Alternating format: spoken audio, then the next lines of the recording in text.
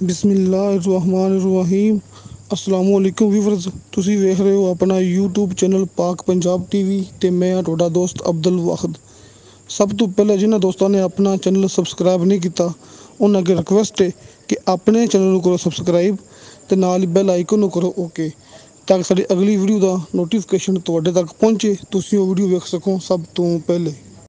ਉਮੀਦ है कि सब दोस्त माशाल्लाह बिल्कुल ठीक ते खैरियत नाल होणगे। दोस्तों अज असीं तुहाडे वास्ते माशाल्लाह इक्को जगह ते 1200 कनाल रकबा लेके हाज़र होए हां। उम्मीद करांगा तुहानूं बड़ा पसंद आवेगा। दोस्तों रकबा आपां नूं सेंड कीता है शाह साहब ने। जिस तरह तुहानूं भरावां नूं पता कि शाह साहब माशाल्लाह अपने बड़े अच्छे दोस्त ने। जिस तरह तुहानूं पता है कि शाह साहब दी रिहाइश हैगी रावलपिंडी जातली। दोस्तों उत्थे ही शाह साहब दा दफ्तर है। दोस्तों ये 1200 कनाल रकबा माशाल्लाह इक्को जगह ते मौजूद। दोस्तों एक होर मजे दी गल ये कि इनू माशाल्लाह कोई 1300-1400 फुट इनू फ्रंट लगता है सामने लिंक रोड ते, जो सामने भरावां नूं दिखा रहे हैं लिंक रोड। दोस्तों उंदे ते फ्रंट लगता है 1300-1400 फुट। दोस्तों रकबा 1200 कनाल। दोस्तों इनकी कनाल की कीमत हैगी फी कनाल की 1.5 लाख रुपया, 1,50,000 रुपया। कमी पेशी प्यार मुहब्बत हो जाएगा, लेकिन दोस्तों शाह साहब का कहना है कि किसी दोस्त नूं रकबा 500 कनाल तो घट नहीं मिल सकता। दोस्तों 1200 कनाल रकबा तो आपां नूं कम से कम मिलेगा विचों 500 कनाल। दोस्तों इक्को बंदे दे नां ते ये भी शाह साहब ने किया है।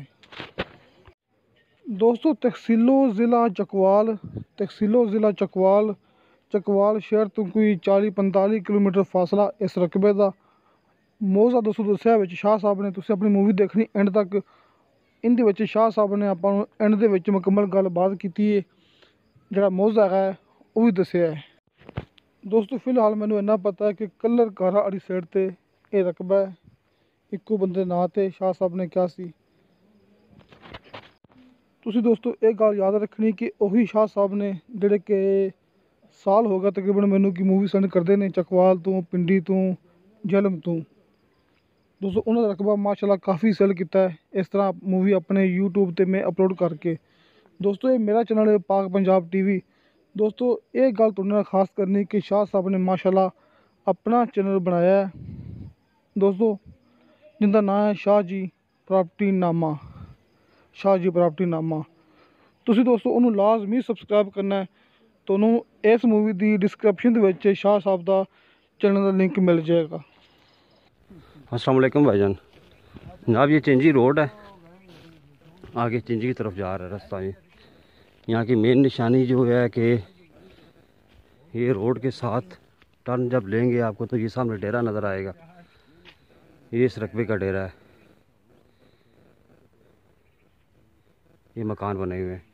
फिर पीछे सारा ये सामने रकबा है सारा वन टू वाल। मैंने वीडियो भी बना ली है, तफसीर भी मैं आपको फिर बाद में बता दूँगा।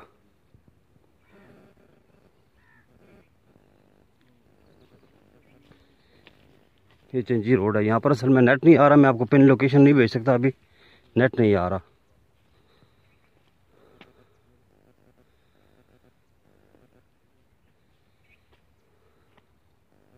वो पीछे थोड़ी सी आबादी है, कुछ मकान बने हुए हैं, वो भी रकबे के अंदर ही हैं। मेन निशानी जो इसकी है, आप इस रोड को वाकिफ़ हैं इस रोड से, तो ये डेरा ऑलरेडी इसका बना हुआ है यहाँ पर, ये रकबे के अंदर है।